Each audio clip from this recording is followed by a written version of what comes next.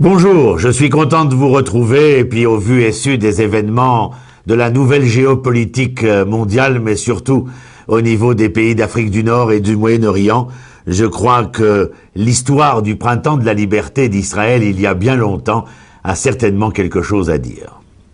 La puissance et l'envergure d'une révolution excluent que nous la traitions comme un simple changement de surface.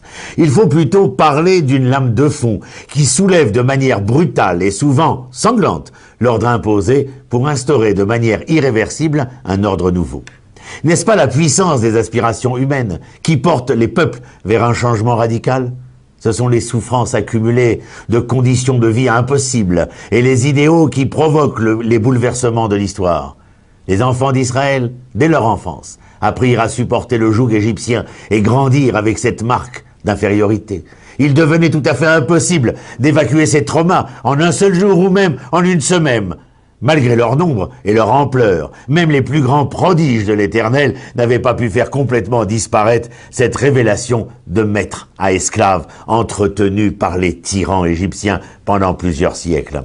Le problème n'était donc pas technique, stratégique ou militaire, c'était un problème d'ordre psychologique. Ceux qui se sont habitués à supporter si longtemps le joug de l'oppresseur, ceux qui ont vu leur honneur personnel et national bafoué, ceux dont la bravoure a été brisée systématiquement, sont incapables de se relever comme un seul homme et de combattre avec un sang neuf.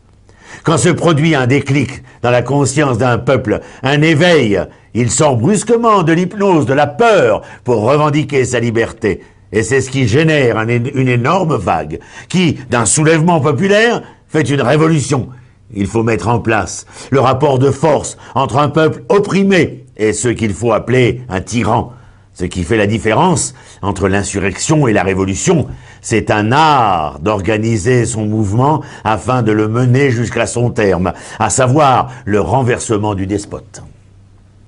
Il n'existait qu'un seul homme vraiment courageux dans le peuple d'Israël, c'était Moïse, lequel n'avait pas peur de se présenter devant Pharaon et d'exiger, sans crainte, le renvoi du peuple hors d'Égypte. Il avait la stature, le charisme, le courage d'un authentique leader qui acceptait d'accomplir sa mission de libérateur.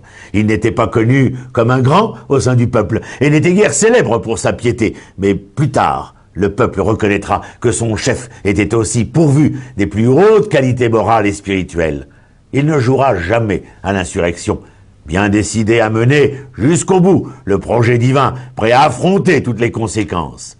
La révolution doit être pleinement assumée en tant que telle, elle ne tolère aucun dilettantisme et elle doit être un élan qui va jusqu'à son terme, à savoir le renversement de l'oppresseur exterminateur. Elle implique une attitude activiste qui ne doit pas être relâchée tant que son but n'est pas atteint. Il s'agit de passer d'une situation aliénée à une situation dans laquelle se réalise l'élan vivant de la liberté. Maintenir envers et contre tout l'ascendant moral et spirituel restera l'ingrédient le plus fondamental. Tant qu'un peuple a foi dans son destin vocation et qu'il se sait en marche, rien ne peut lui résister. Quand une servitude tombe quelque part, c'est l'humanité tout entière qui se réjouit et qui nous réjouit. À bientôt. Shalom.